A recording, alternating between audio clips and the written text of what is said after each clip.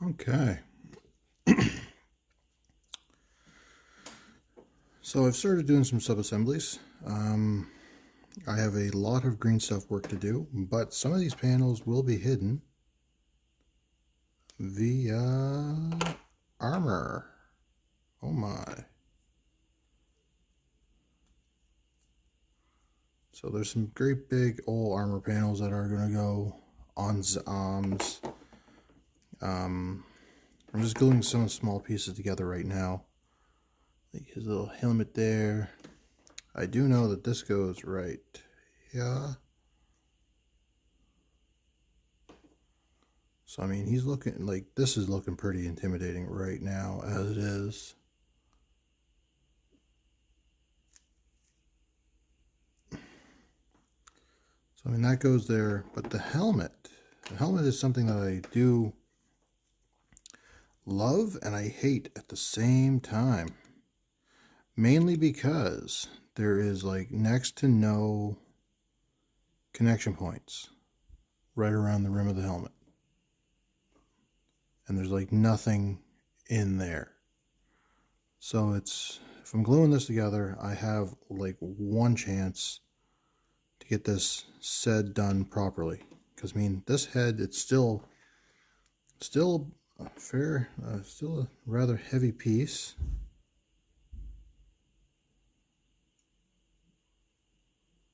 And it's just trying to get everything to go properly. Because I mean, I don't want to have to bend every single part of this miniature to get it, well, bigature, I guess.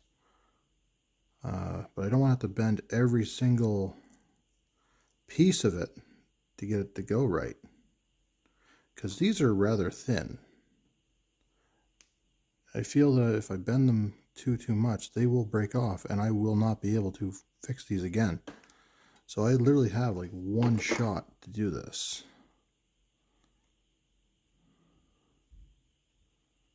And like, it's gonna look like this. So I mean, like this is intimidating, to be honest.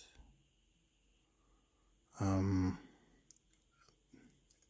think I'll have to wait for that part of the helmet. But I mean, if I can get the visor kind of in place now, I'm using some Instacure. This stuff has been recommended to me by my good friend Rob of the Brokers. He swears by the stuff. Since I have been using this, I have nothing but praises to say to it. Now, wearing rubber gloves or latex gloves is not probably ideal for this, but you know what? It's ideal because I don't have to worry about the texture of the metal. And in the event that there is any lead in said metal,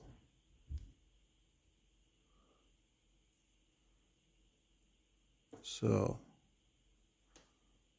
it's probably going to be very hard to see the eyes. Because I mean, I'm looking at this a little bit off camera right now.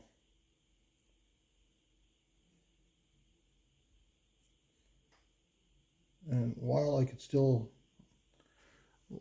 see the eyes, it's just a matter of being very careful with how it's going.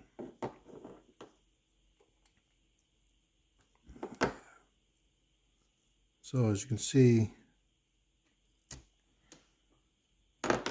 super glue does hold, the Insecure does hold this, but on the same token, if you don't get it lined up perfectly, it will not work.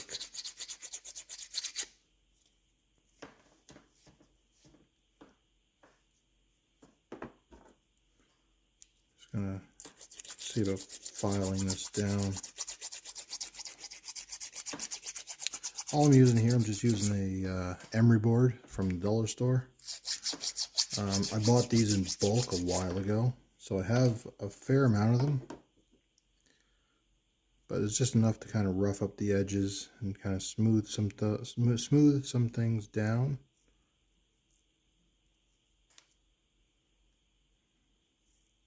But I will have to go through and green stuff or milliput all of those gaps.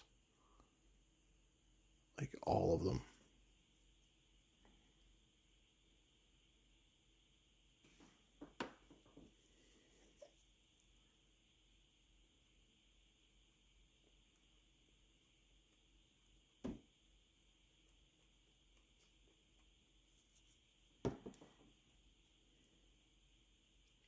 It's more of the outside I'm concerned about than the inside. Because the way this arm is modeled and attached to the miniature, it's kind of like this part of it's going to be hidden. Yeah. So I'm going to try and do as many sub-assemblies as possible. Again, this Instacure, I love the stuff. It's like 20 bucks for 56 milliliters of it. It's like 2 ounces of super glue, of like insanely strong super glue. Yeah, you just can't go wrong with it. So I can see some gaps going right through. It's you can almost see them with the camera, almost. But what I'll do is I'll go through on the inside. I'll green stuff everything in there. This is just to get the really rough sub-assemblies said and done. I'm actually looking at the instructions because I'm a little lost here. Again, with instructions like this, you're really not given any kind of inkling as to how things are supposed to go.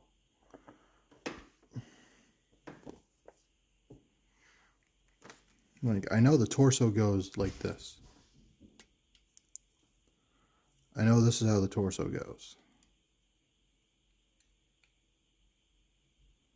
It goes like that. There's only one way for this to go together, I should say. But it's every other piece that goes right there. So I think we'll leave it off here for now. I will be back with more. Stay tuned.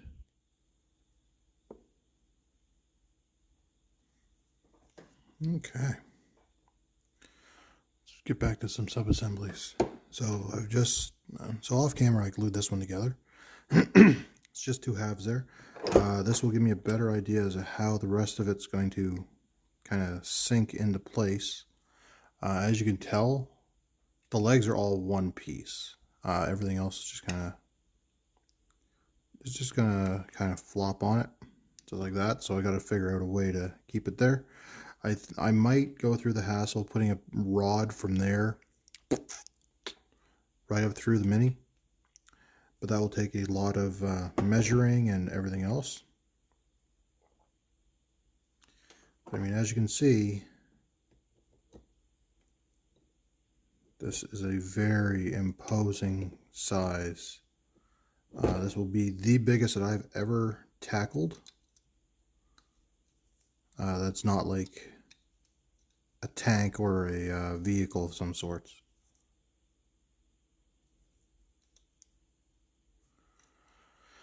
But there's a very large amount of work that has to go into this.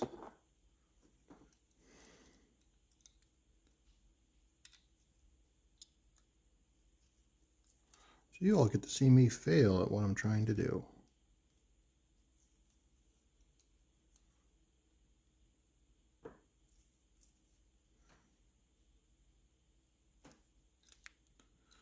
Again, with it being white metal, it will bend. The thicker pieces will be a tad harder for me to get into shape, or out of shape for that matter. So,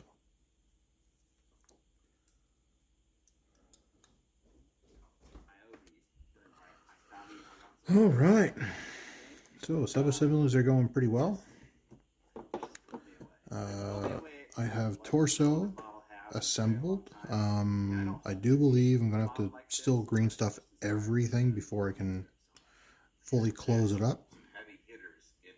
I use a little trick that I've heard of, super glue and some baking soda. I don't know how to describe it, but the baking soda adds like more mass to the glue. I don't know if you can see it on the inside there, but it just kind of adds, there's like another layer of material. There are many gaps, like many gaps that I'm going out the green stuff. Trying to figure out the easiest way to assemble this arm and neck part.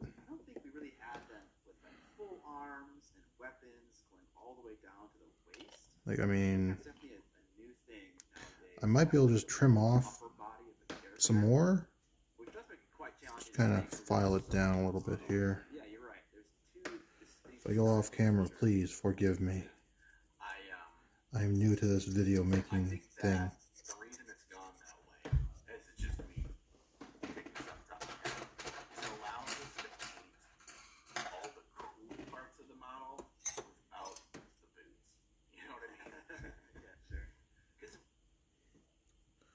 Turn that off in case there's some copyright claims or something. It was the Trapped Under Plastic podcast by Ninjon and Scott, the Miniature Maniac. I've just recently gotten into it, and I have to say, I thoroughly enjoy their content. You should give them a listen. Again, not affiliated in any way, shape, or form. Oh, just a little bit more off the bottom, I think.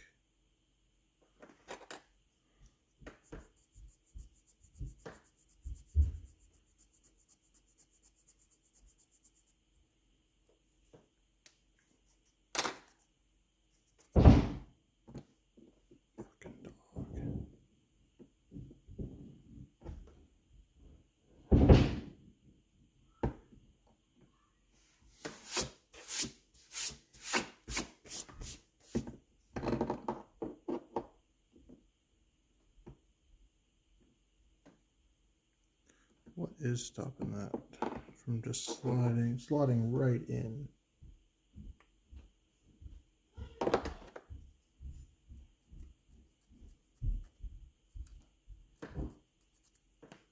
When you just do a traditional bust, like shoulders and up, like you're really restricted on what you can actually achieve in variety. It's basically kind of just like a character, concept.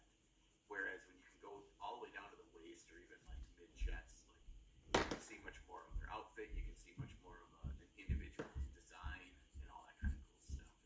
And you don't have to paint the lower half of the model, which is the boringest part anyway.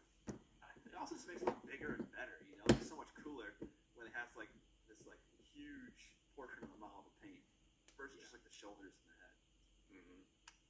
All right. What's up next for you? All right, next one for me I was an OG back the old original Everlasting Wet palette when it first was launched before Red Grass Games was even a thing.